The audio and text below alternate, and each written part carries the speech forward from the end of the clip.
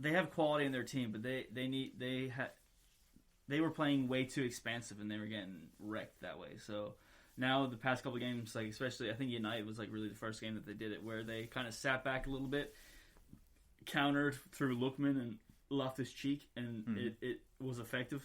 And then they've been doing that past couple of weeks, and I think their form has definitely gone up. And I think Sheffield have kind of figured out their stuff, so maybe they can get out of the relegation zone. Although I think they've made their bed, now they're lying in it. 1, 2, 3.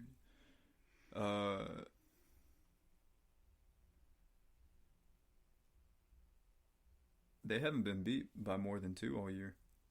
Who? Fulham. Really? That's interesting. Well, they're one center back. They've barely been beat by more than 1.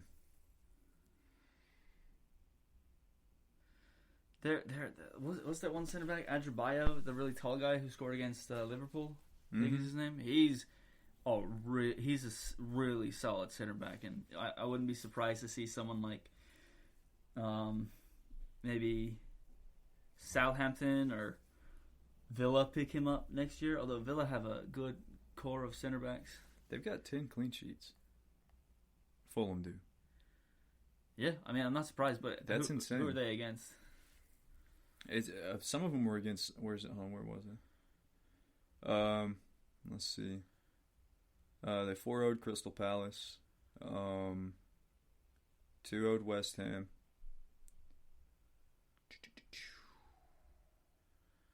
Is that when West Ham were in that like really kind of like bad piece of form? Oh, I was looking at just Loftus Cheeks clean sheets, and he gets subbed out in the 70th minute, and whenever he gets subbed out, they get scored on. Who? Loftus Cheek. Oh, really? In more than one instance. Yeah, because he's got a clean sheet against Sheffield and got subbed off in the 80th, and then they conceded.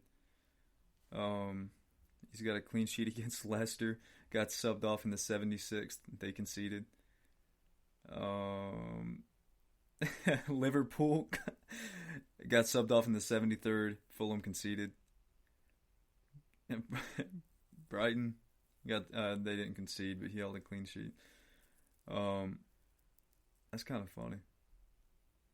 On more than one occasion that happened. Almost 3 in a row. Huh. You see that?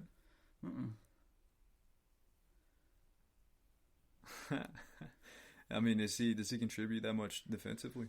I don't want to say he does. I think that maybe he's more of an attacking threat, so then once he gets taken off, the team has more time on the ball. They've not necessarily more time on the ball, but they don't have to worry about the substitute because they know that he's not. So then that extra person can get forward where in the pocket of space that he takes up is that triangle between the center back, the right back, and the center mid. So he takes up that space, and I as a what?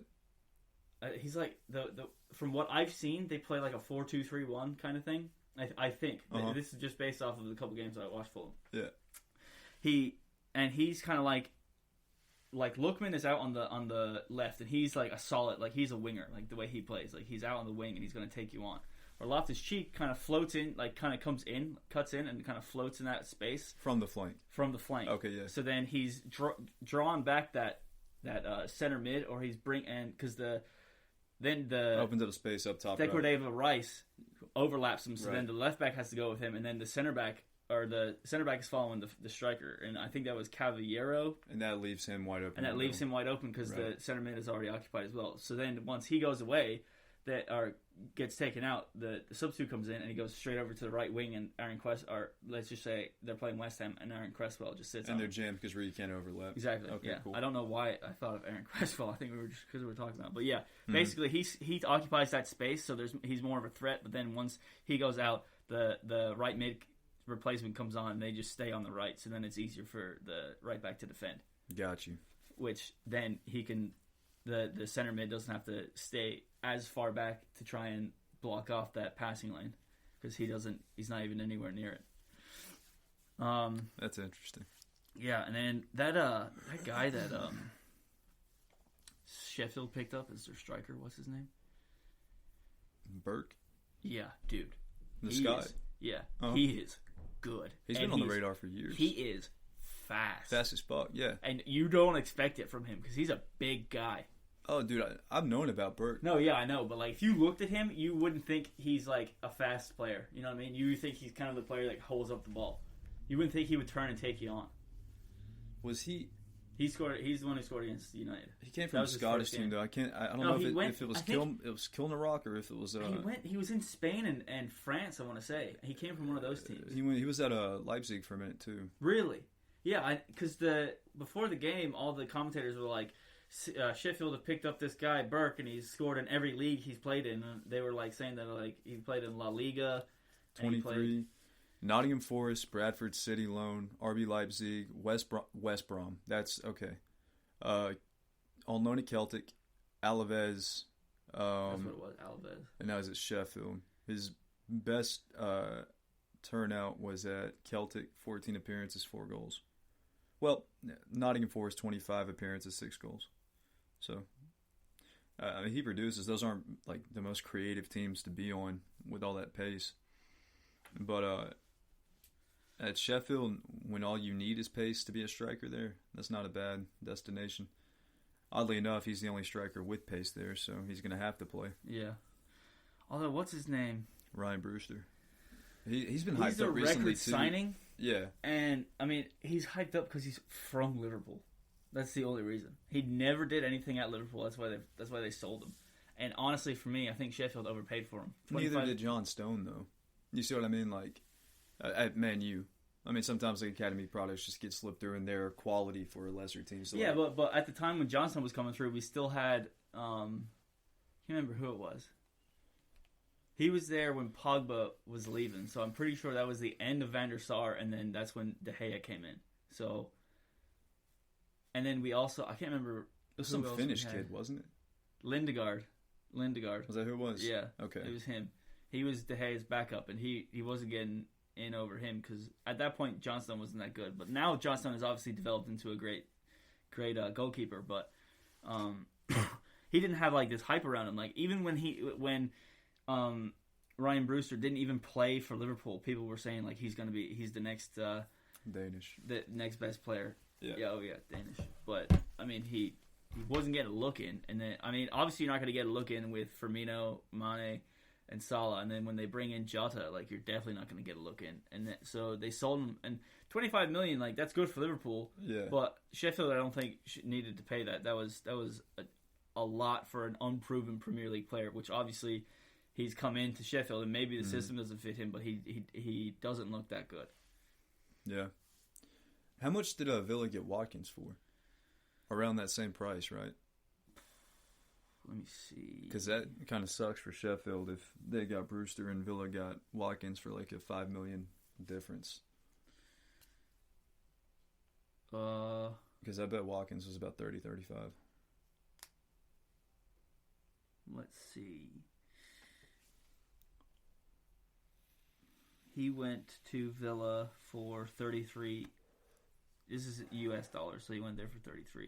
Mm-hmm. Brentford got him for $2.2 million from Exeter. Who's that league for?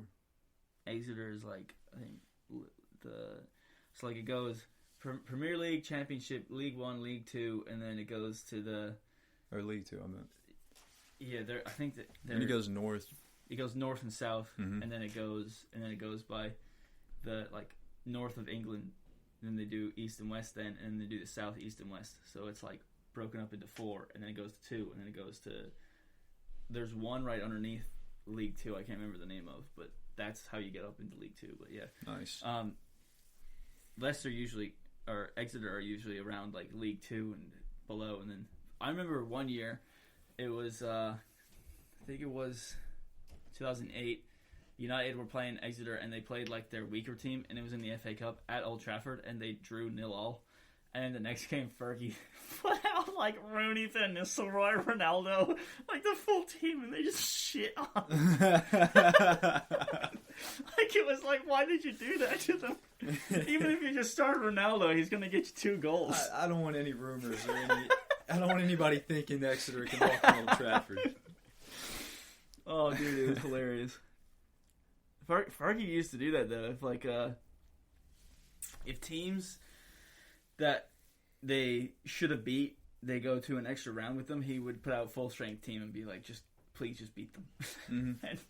and apparently I think Wenger, there were stories of Wenger doing the same thing. Whenever they were playing lower, like the lower table teams, they would just tell them the starting 11 the day before, and then they'd practice, and then they'd show up to the game and know who was playing, but they wouldn't give them any tactics. They'd just be like, go play, win. And then because they would be focused on like the Champions League game midweek or the game the next week. Yeah. Because your players that you have are quality enough to where they should be beating those teams. So you you shouldn't be like making a game plan to beat them. You should just be going out and beating them. Yeah, it's embarrassing if you do have to make a game plan to beat them. Exactly. Yeah. Which is like what Fergie used to say about Spurs. He did before the game, one game. He went in and he was like, he liked the pregame like talk. He was just like, lads, it's Spurs, and he just walked out. Such a savage. And that's when Harry Redknapp was managing them too. I think it was actually the game that United went down 2-0 at Old Trafford to Spurs, and the same game, like the same game he went to the locker room. Yeah, I think he did it at halftime. I know for a fact he went into them when it was like a time when everyone was saying Man United could lose to Spurs, and maybe it was at halftime. But I know for a fact he went into the locker room and was just like, lads, it's Spurs, and he just walked out. Oh yeah. But United then came back second half and scored 5 goals on them. Word. Yeah. And then I saw that Teden Mengi made his first senior career start for Derby against Wrexham, maybe. He started at wingback though. He didn't start at center back. Yeah, he played fullback. And do you remember Wisdom? He was a Liverpool player a couple years ago. Vaguely. Andre Wisdom. Vaguely. He's their center back at Derby now, and he basically is like the older Ted Mengi. So it's probably a good thing that Mengi is under a player like him. Although you would prefer him to be a Premier League proven defender, and then Mengi was like Rooney is like he is a top coach. Really? Yeah. He said that he said obviously I haven't had that many coaches. I've just had like Nicky Butt and Neil Wood, and I've been around the first team. But he said that Wayne Rooney is probably the best coach that he's had. Really? Yeah. After being there a week. Yeah. How crazy is that? Yeah. And he said that like Rooney puts more pressure on him than anyone because he knows the culture of United, and he knows he's doing it for the club, if he wants to go on to the next level and be the player that he is supposed to be. Rooney is like knows what he has to do. Yeah. And James Garner's gone to Nottingham Forest and fit in like a glove, and he's been doing amazing there. And then Dylan Levitt went to some Croatian team, and dude, honestly, I think Garner might have the potential to be world class after walking into 2 different championship sides and taking the reins. Yeah. The only reason why he left Watford was because the manager because they just fired another manager. So they brought in another one, and then United were talking to him, and he was like, yeah, I don't really want to play a player for 6 months who isn't going to be in the United. Were like, yeah. So then Nottingham Forest were like, we'll take him. And apparently there was a queue of people who were like, we want James Garner. So that's a really good sign. And then, but I don't know why Levitt went to Croatia. I mean, I know he left Charlton. Which team did he go to in Croatia? Dynamo Zagreb? No, I can't remember the name. It's not. I don't think it's a team where he's for sure going to get 90 minutes every match. That's fine. Where would Beckham go? I can't remember. Preston? Yeah. I think that's perfect. And the reason why I think he went to Croatia was because United, I think, have a lot of scouts out there. Because there's about like in the whole youth system, I think there's 13 Croatian players coming up through the United ranks. Like Matej Kovar, he's Croatian, so I think they just have a lot of scouts out there that were like, if you send him here, he'll play 90 minutes every match, which is exactly what you need. Croatia's a good pool too because I feel like they produce. They produce Modric, Rakitic, and those are two. They were 2 of the best midfielders of the past 7 years. I feel like they develop a large range of types of positions. So